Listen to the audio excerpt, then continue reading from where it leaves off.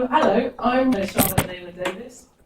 I'm a biblical scholar by training, and at the moment I spend my days working for a couple of churches, doing Bible stuff and sermons. I'm officially a lay minister for one of them, but that seems a little bit formal for what I do. We meet in my front room, so it just seems like I'm saying something very fancy when people just come round to my house and we chat about stuff.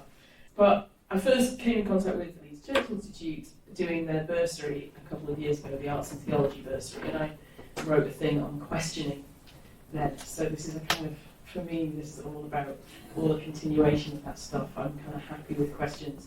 But it is totally okay today if some of the questions we raise are hard for you to engage with. And I'm really looking forward to learning from you. This is the first thing I've ever done that's entirely by disabled people for disabled people. And I'm really excited about that. But I'm also aware that I'm sat here with a microphone as the person doing the talking today, but I'm not at all the expert in the room on you or your disability or how it's affected you and your faith. So please don't kind of defer to me. Please do challenge me and teach me things, because that's what I'm excited about today.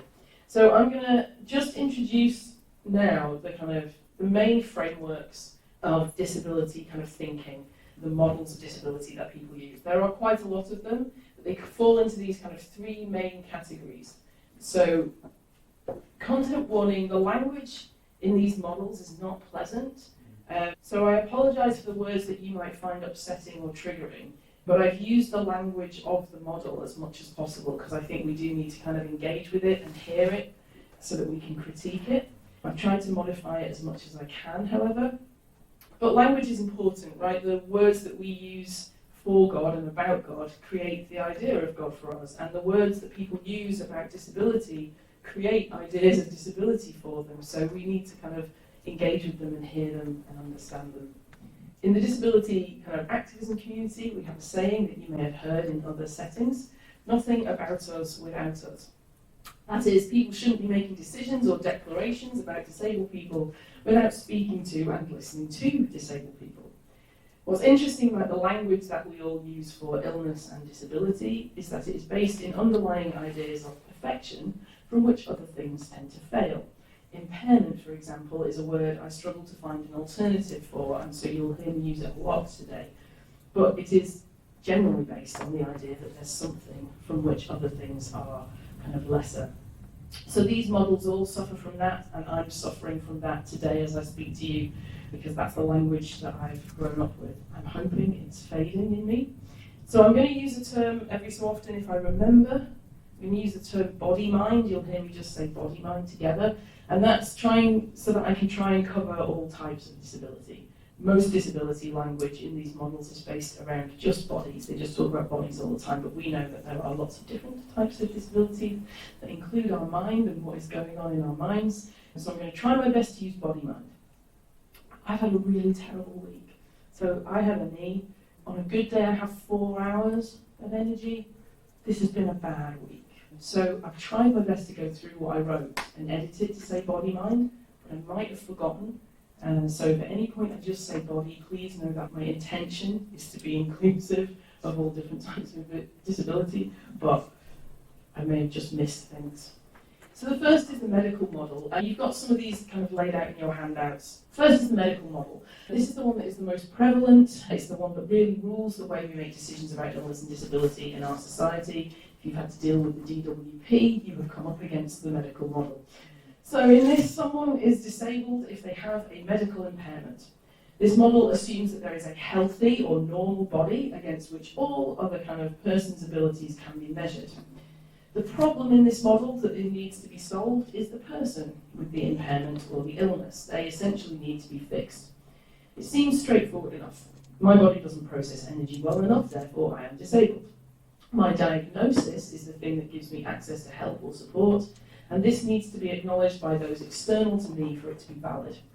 Most people who work with disabled people or are campaigners, disability theologians, reject this model. And we reject it because the problem here is the body, and therefore, by extension, the person is at fault. Also because it says something very specific about what a full human is. and creates shame and ideas of deficiency when people do not conform to that normative way of living or behaving. In the medical model, if my body could be fixed, then I would be included, and therefore all we need to do is fix me, and everything will be well. If I can't come to church because my body doesn't go up the stairs, that's a me problem. Nothing has to actually change externally in the medical model. It also is a problem because it allows other people to decide how disabled I am and challenge my understanding of myself.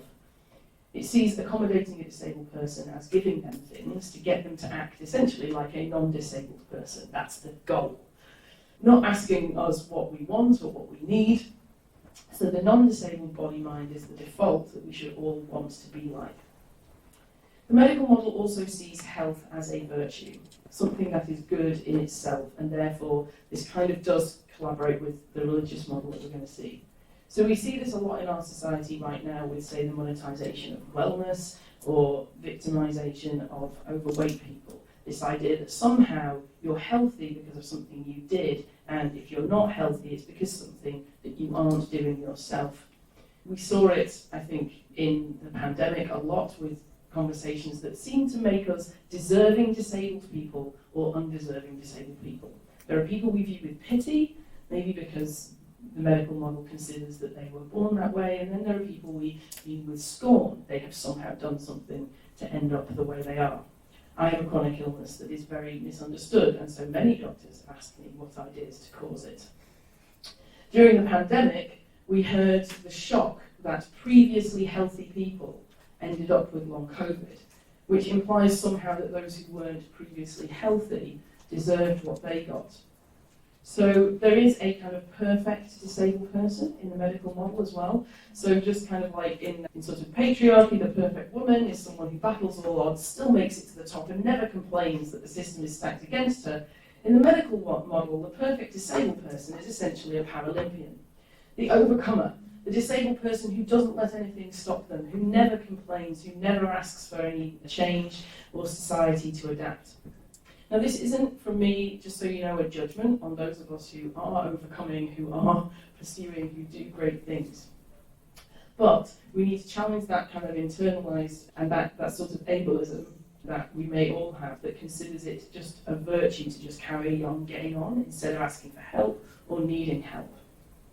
So the medical model doesn't really care about removing barriers so much. We then have the alternative framework, which is the social model. And the social model of disability believes that disability is something someone experiences because the society they are in does not work for them and is exclusionary. This model assumes that disability is essentially a construct that is imposed upon a person due to the normalisation or prioritisation of only certain types of bodily experience. It sees that ideas of what has been normal vary across cultures, and therefore that disability isn't static, as it is in the medical model. There isn't one normal, perfect body that everyone has to adhere to.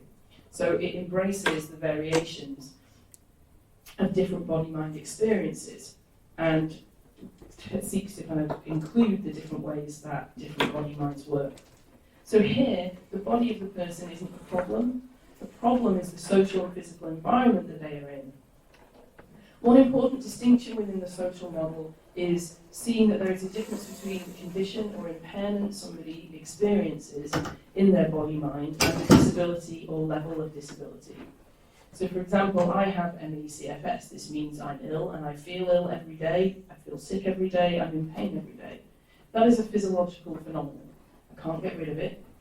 Because of its nature, I do, for myself, use the language of suffering from my illness. I feel sickness and pain, etc. all the time.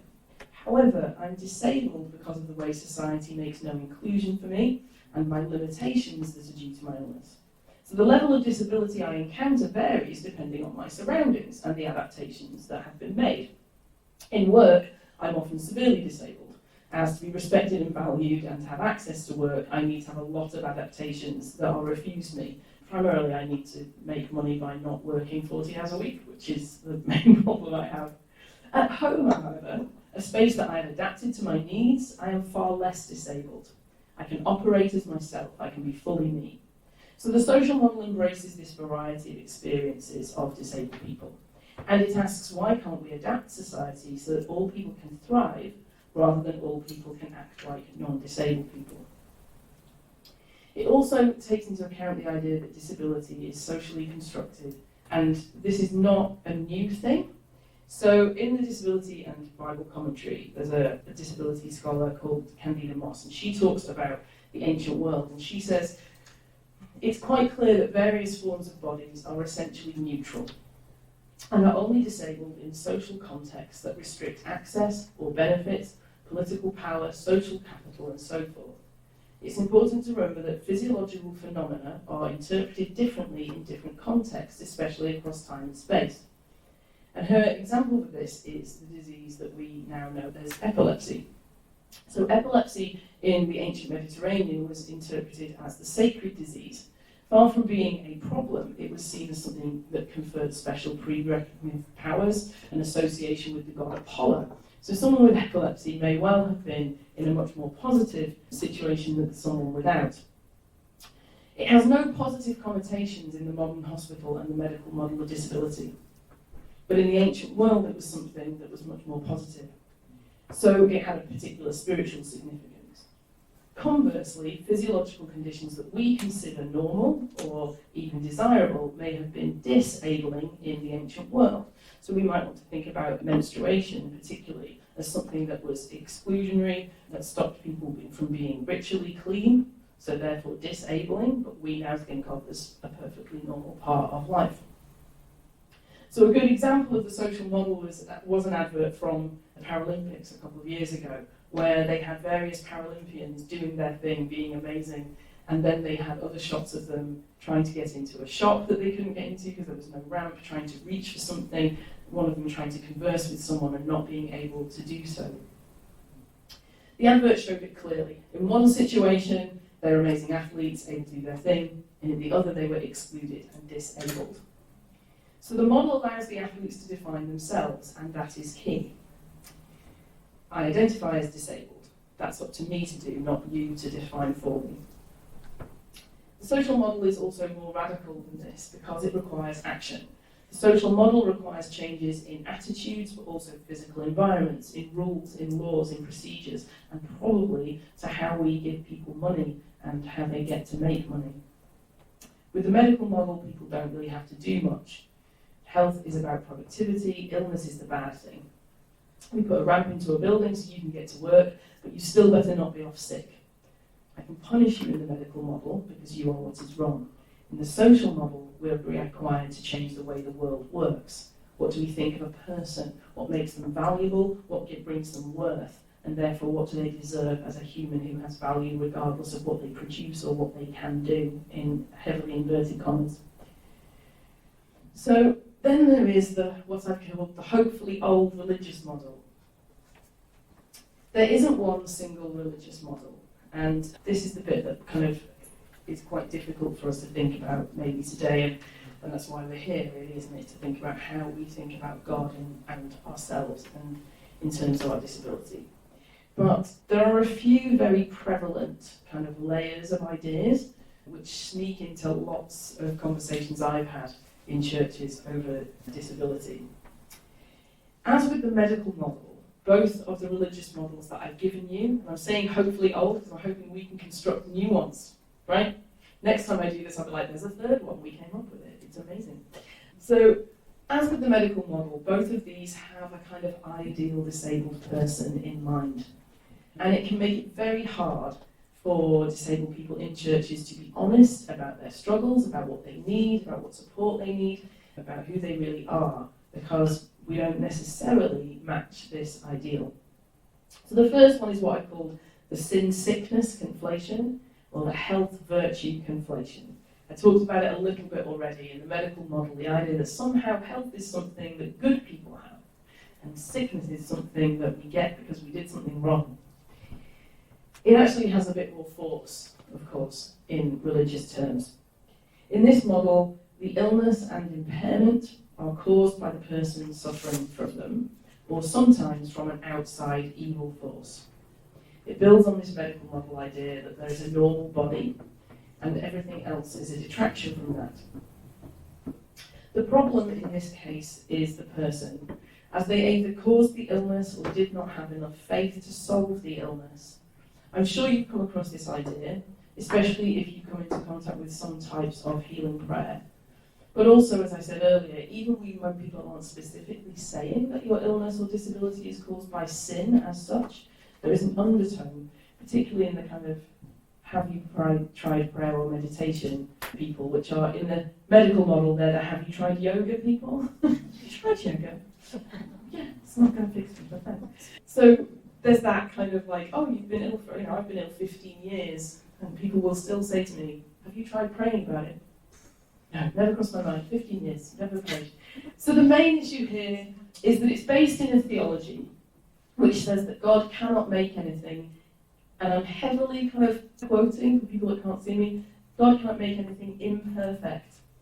And where perfection is defined as a very specific type of body-mind. So the disabled person is a problem because they undermine this idea of God and perfection. So there must be a fault somewhere that we're trying to find.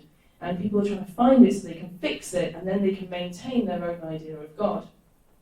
This language of perfection is very rarely reflected on. People just throw out the word perfection and assume that everyone in the room agrees with what perfection is, when actually my idea of perfect might be very different to yours. So when people speak, and I do not think it is always maliciously or even deliberate, in terms of this conflation of health as a virtue or sin causing sickness, it often comes from a place of fear. What does it say about God that people like us exist? It's a good question. But what happens is, instead of considering God's power or God's person to include us, they push us out of the sphere of God's perfection. And this then obviously involves a lot of guilt or shame being placed on the disabled person. The good disabled person can exist here as well, by being only positive, or in overcoming their struggles without any help, or in denying that there are issues in order to make sure that the faith of others is not disturbed by their presence. Disabled people, especially people with mental health issues, find themselves not asking for help so that they don't get accused of having not enough faith or letting people down. In this model, the church does not have to change. Again, the person has to change. It's the medical model, but with extra guilt. And then there is weirder religious model, which I think has come from a compassionate place originally, but hasn't listened to the voice of disabled people themselves, and so it misses the mark. And this is, I'll talk about it a lot in the next section, but this is one of the main problems with theologies about disability up to kind of like the middle of the 20th century, is that people really didn't ask disabled people what they thought of themselves, but decided what disabled people should think. So this one is slightly more positive, but it doesn't really help us out that much. This is the sick or disabled person as a lesson. In this, illness or impairment are a lesson from God to the person themselves or to the community in some way, to teach us faith or gratitude. Again, the person is an anomaly in God's creation, but an anomaly for a good reason. In this, the person is not a problem as such. There is acceptance of difference. But the disabled person is an example or an inspiration. Any suffering or problems they face associated with their impairments or body-mind experience have a purpose. Often their illness is an object lesson for others. This is based in a theology which assumes that all things are given by God in some way, that there's a reason for something.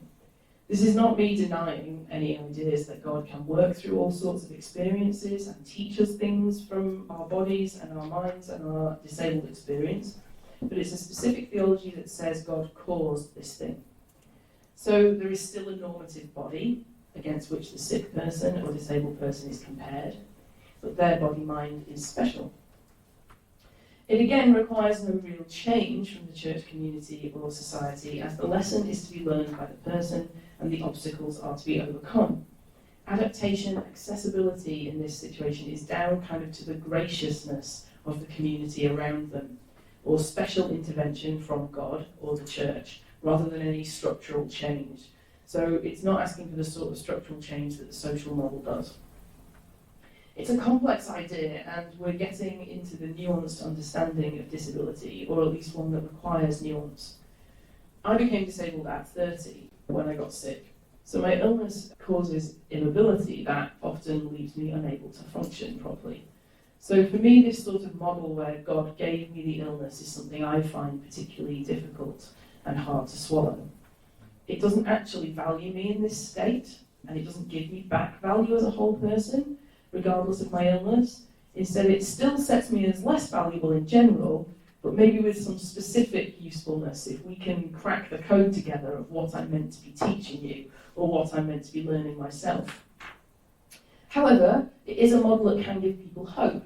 It does say that inside any disability there's a purpose to be found. The problem for me in it is that no solution is really having to be offered by churches or communities. The disabled person is still left to struggle rather than the community make a change. Only if the community decides that the person was sent to make them care about disabled people does anybody benefit. So both of these religious models use or maybe they were the basis for our modern kind of medical model. There's considered to be a normative body against which others are measured.